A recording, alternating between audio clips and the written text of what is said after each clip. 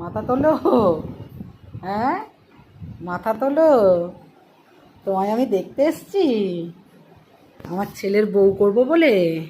হ্যাঁ। ওরে বাবারে, তাহলে দেখি মুখটা তোলো।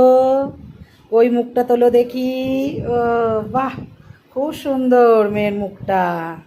খুব সুন্দর, স্নান করে এসে বসেছে। স্নান করে এসে কোনখানে বসেছে? হ্যাঁ, দেখি আমার মেয়ের মুখটা দেখি।